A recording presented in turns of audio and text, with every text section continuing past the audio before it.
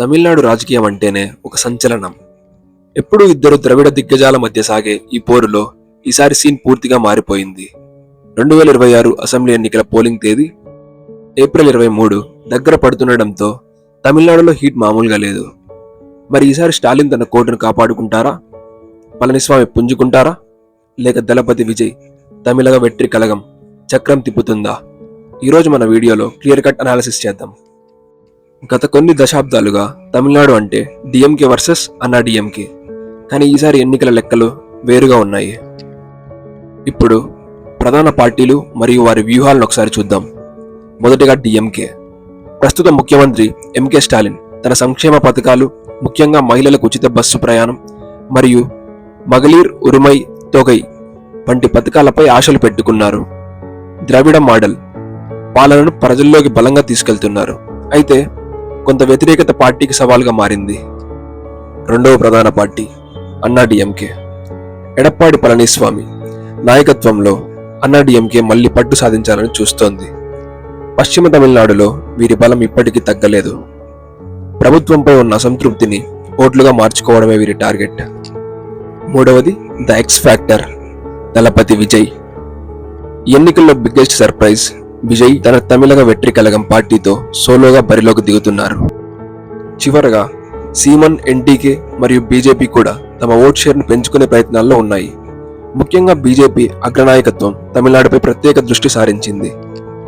తమిళనాడు రాజకీయాలు ప్రధానంగా ఈ యొక్క విషయాల చుట్టూ తిరుగుతున్నాయి. అవేంటంటే, మొదటగా ద్రవిడ అస్తిత్వం, హిందీ వ్యతిరేకత మరియు రాష్ట్ర హక్కుల పోరాటం. రెండవది సంక్షేమ పథకాలు, మహిళా ఓటర్లను ఆకర్షించే స్కీమ్స్. మూడవది నిరుద్యోగం మరియు ధరల పెరుగుదల. ఇవి విపక్షాల ప్రధాన అస్త్రాలుగా మారాయి. ఇక చివరగా నాలుగవది సినిమా వర్సెస్ రాజకీయం. విజయ్ ఎంట్రీతో సమీకరణలు మారాయి. డిఎంకే మరియు అన్నా డిఎంకేతో పాటు టీవీకే కూడా ప్రధాన పోటీలో ఉంది.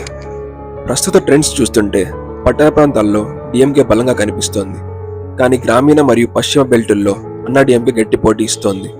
విజయ్ కనుక 10 నుంచి 12% ఓట్లు సాధిస్తే అది ఏ పార్టీనైనా ముంచేయచ్చు లేదా కింగ్ మేకర్ని చేయొచ్చు.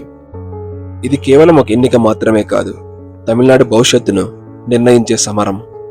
చివరిగా మనం చూసినట్లయితే మెజార్టీ ఎగ్జిట్ పోల్స్, చాణక్య కానీ పీపుల్స్ పల్స్ కానీ, వీటి ప్రకారం ఎంకే స్టాలిన్ నేతృత్వంలోని డిఎంకే కూటమి స్వల్ప మెజారిటీతో మళ్లీ అధికారంలోకి వచ్చే అవకాశం ఉంది. అయితే గత ఎన్నికలతో పోలిస్తే ఈసారి సీట్లు తగ్గే సూచనలు కనిపిస్తున్నాయి. ప్రభుత్వ వ్యతిరేకతను సంక్షేమ పథకాలు ఏ మేరకు అడ్డుకుంటాయనేది ఇక్కడ కీలకం. ఈ ఎన్నికల్లో అసలైన సంచలనం విజయ్. కొన్ని సర్వేలు యాక్సిస్ మై ఇండియా చూసినట్లయితే విజయ్ పార్టీకి ఏకంగా 100కు పైగా సీట్లు వస్తాయని అంచనా వేస్తుంటే, మరికొన్ని సర్వేలు 10 నుంచి 20 సీట్లు మాత్రమే రావచ్చని చెబుతున్నాయి. ఒకవేళ ఏ పార్టీకి స్పష్టమైన మెజార్టీ రాకపోతే విజయ్ కింగ్ మేకర్ అయ్యే అవకాశాలు పుష్కలంగా ఉన్నాయి. యువత మరియు మొదటిసారి ఓటు వేసేవారు విజయ్ వైపు మొగ్గు చూపడం గమనార్హం. పళనిస్వామి నాయకత్వంలో అన్నా డిఎంకే గట్టిగానే పోరాడింది, కానీ కొన్ని సర్వేలు ఈ పార్టీ 3వ స్థానానికి పడిపోయే ప్రమాదం ఉందని హెచ్చరిస్తున్నాయి. విజయ్ ఎంట్రీ వల్ల అన్నా డిఎంకే ఓట్ బ్యాంక్ ఎక్కువగా చీలిపోయే అవకాశం ఉందని విశ్లేషకులు భావిస్తున్నారు. చివరిగా చెప్పాలంటే, తమిళనాడు రాజకీయం ఇప్పుడు ద్విముఖ పోరు నుండి త్రిముఖ పోరుగా మారిపోయింది. ఫలితాలు ఏవైనా తమిళనాడు ప్రజలు ఈసారి మార్పును కోరుకుంటున్నారా లేక పాత పద్ధతిని కొనసాగిస్తారా అనేది మే 4వ తేదీన తేలిపోనుంది. తమిళనాడులో ఏ పార్టీ అధికారంలోకి రావచ్చని మీరు అనుకుంటున్నారో కామెంట్ చేయండి. Thanks for watching. జై హింద్.